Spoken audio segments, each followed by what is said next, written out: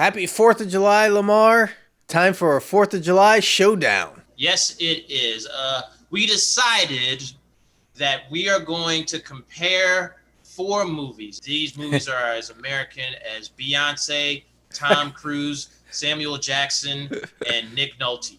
So all of these movies we chose, and yeah, maybe not the best representations of America, but that's the American spirit, is that you try, you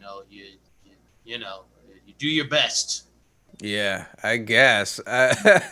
Or maybe a better way of describing what you just said is you just try, and I don't know about doing their best, but well, the four movies that we got: Captain America from 1979, Yes. Fortress of Amerikkka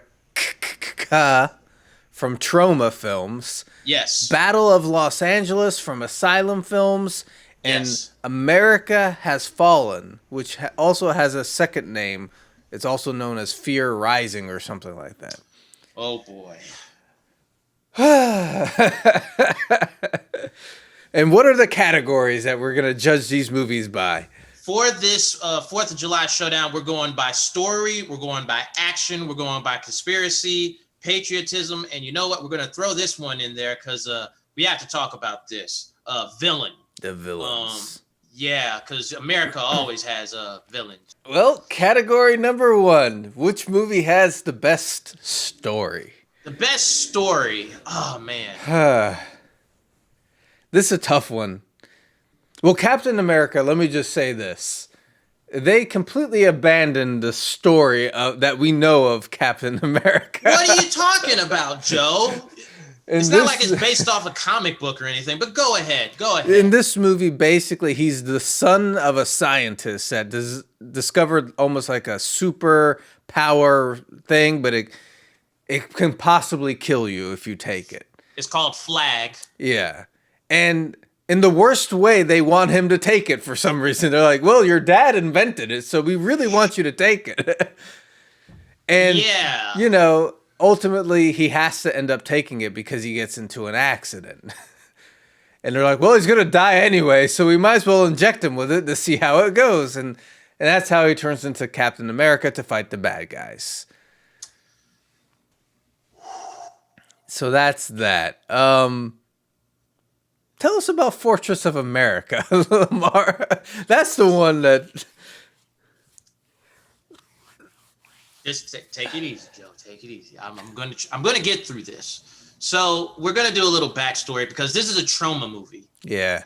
And we're gonna have to reference trauma a lot with this movie because, as you stated, I didn't even know this. I can believe it though. This is one of the worst rated trauma movies of all time. Yeah. And if you remember from our previous podcast, we reviewed Trauma's War. We didn't give it that high of a score because it was a little too raunchy on certain things. Yeah. But I have to say, Joe, after seeing this movie, I appreciate Trauma's War a little bit more because the story is very boring, even though it has a setup to be good. The synopsis sounds good. Yeah. The synopsis, because you have this little podunk town in the mountains or whatever, and there is this like paramilitary group that is called Fortress of America that's in the woods, and they're recruiting basically to make, before this was even a thing, make America great again. For our previous president wanted to do that. And that's the setup. And then you have, what's his name? Is it John Whitecloud, an Indian? Yeah, an Indian. Who is coming back into town. He gets wrapped up into this because his brother was killed by the sheriff of the town that's nearby. Yeah.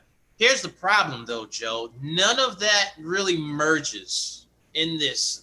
Basically, the plot goes around the sheriff killed John Whitecloud's brother, so he doesn't like him. Yeah. Oh, and he's Indian. The whitest looking Indian I've ever seen in my life. And he's always hunting them down. He's always getting in trouble with the local people because he just got out of jail. No one likes him. Yeah. But I guess the Fortress of America gets involved this way because if you get a little bit close to their base, you get instantly killed. They just kill you. They just kill you. Even if you're a child. Yeah. it's so weird because it's like it could have been interesting having that group of and then also at the same time the sheriff and the townspeople, they're kind of assholes too. And then you Yes. have this guy, but yeah, like you said, none of it comes together. It's just it's a train wreck, and it's boring. Yeah, that's the crazy part. That's why I respect Trauma Wars so much, because this one is just like things just kind of happen. Yeah. It's not a build up to anything. Like the Fortress of America thing comes in later Yeah. in the movie. So Well, that's that one. America Has Fallen was basically, if you've seen 24, if you've seen Born, if you've seen The Dark Knight Rises, and if you've seen Olympus Has Fallen, you've seen this movie. Because this guy just basically combined all the movies. yeah, The overall plot, you have a guy, he was ex-military or whatever. He's been framed for doing a terrorist attack. Now he's on the run trying to prove his innocence. Along the way, the terrorists get a hold of the president and they link up a bomb to him that's based on the president's heartbeat. And now, he's got to rescue the president and this and that. The villain is basically like Bane. we're gonna talk about that later. Yeah, Yeah, we'll talk about that later. So it's just a mushmash of stuff. yeah, it really is. The story should have just been some guy protecting the president that has a bomb linked up to, and everybody trying to kill him. Yeah, that would have been interesting enough, but there was so Yeah. much other stuff in there. And then Battle of Los Angeles. What do you think? Well, Joe, have you seen a movie called Battle Los Angeles? Have you seen this movie? Yeah, I sure have. Combine that with Independence Day, that's this movie. That's all you need to know. Pretty much.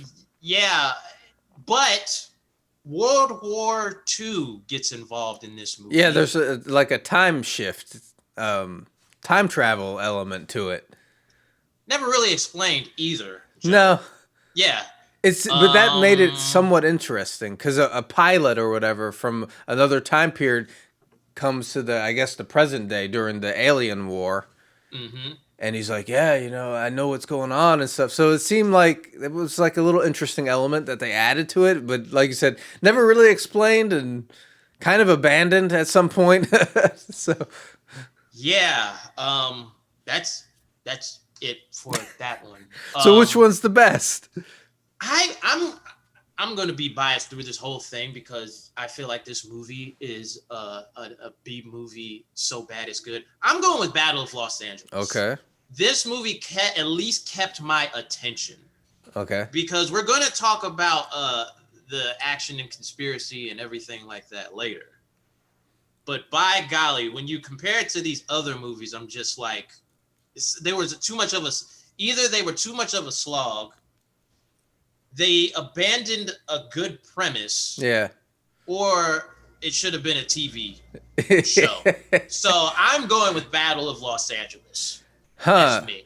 Yes. For best what are story. you going? Yes. America Has Fallen could have been good. It had some elements. True. But I'm going, I can't believe I'm going to do this. I'm going with Captain America. Even though it abandoned what it's supposed to be, I like the fact that they were trying to get him to take this drug for no reason other than his father invented it. They're like, yeah, you have to take it. I thought that was like the whole plot point revolved around that, and I thought that was funny. So I'm gonna go with that. He just wanted to chill out and be at home. He didn't want to even be in warfare anymore. So yeah, didn't want to have anything to do with it. So I mean, as far as like they're all not great plots, so I'm gonna go with that one because it at least made me laugh. Makes sense. So yeah, we got one for Captain America, one for Battle of Los Angeles, and then we move on to action. Where do we start, Joe? Because there's so many varying things. Well, I'll say this: Fortress of America. There was some action, but it wasn't good, and you couldn't see it because the movie was so dark. Yes, Joe. I don't know if they took all their budget and put it in explosions and guns. Yeah. But yeah, it was so freaking dark, and yeah, it had realistic action, but it was just meh. Okay, Yeah. whatever. And then Captain America, there were some helicopters, there was some him riding around on a motorcycle, a little bit of him punching people in the face, but not a lot. No, There's a lot of talk. you would think a man by the name of Captain America, who dons the suit of Captain America, would be beating the living crap out of people. I mean, he has a freaking motorcycle and a bulletproof shield and super strength. Yeah. Yeah. I think for me, the clear winner on this one is Battle of Los Angeles. Oh, well, you didn't mention the amazing action of what is it? What was the other title of it? America Has Fallen. America Has Fallen. I mean, come on. I mean, those digital gunshots looked. Well, both of those movies relied on bad CGI, honestly, but at least Battle of Los Angeles, it was over the top and silly and goofy, where America Has Fallen was trying really hard to be like, Born Identity or something. It was trying really hard to be good and serious, and then all of a sudden it had like the just most awful fake explosion or something. Let me ask you this, Joe, to back up your argument. Does America Has Fallen, does it have a random woman that comes out of nowhere with the samurai sword? No, of course not.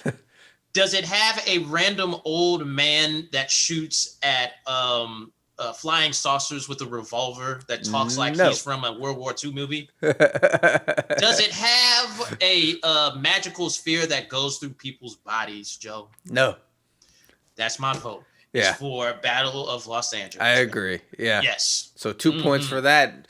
We got a 3-1 advantage. Battle Los Angeles is winning. Yeah. As we move on to conspiracy. Movies with the conspiracy element, I'm going to have to give it to America Has Fallen. I'll have to agree just because it's so damn convoluted. Because can we spoil the story plots of America Has Fallen, Joe? Sure.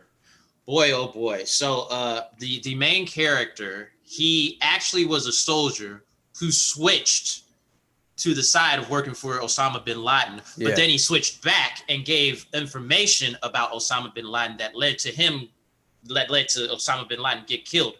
But then another guy who was with Osama bin Laden, I guess, survived the attack against Osama bin Laden, and he's the main villain, Bane. We'll get to talk about him. And he is the guy who basically sets up the main character to bomb some places and we didn't talk about this in the action scenes. Not only sets off a car bomb because he was talking to some girl that gave him his number, which, by the way, adds to the convolution because the people that are trying to track him down never thought, well, he just dialed the number. Yeah. Could have been anybody dialing a number. Yeah. Yeah, that was the thing. She gave him her phone number, and when he went to call her, it set off a bomb. But that could have been anyone calling that number. It doesn't make sense. This movie is in current times. It's not like they have CCTV cameras or anything like that where they follow people or on buses or anything like that where they can be like, hey, this guy didn't do it. Yeah. So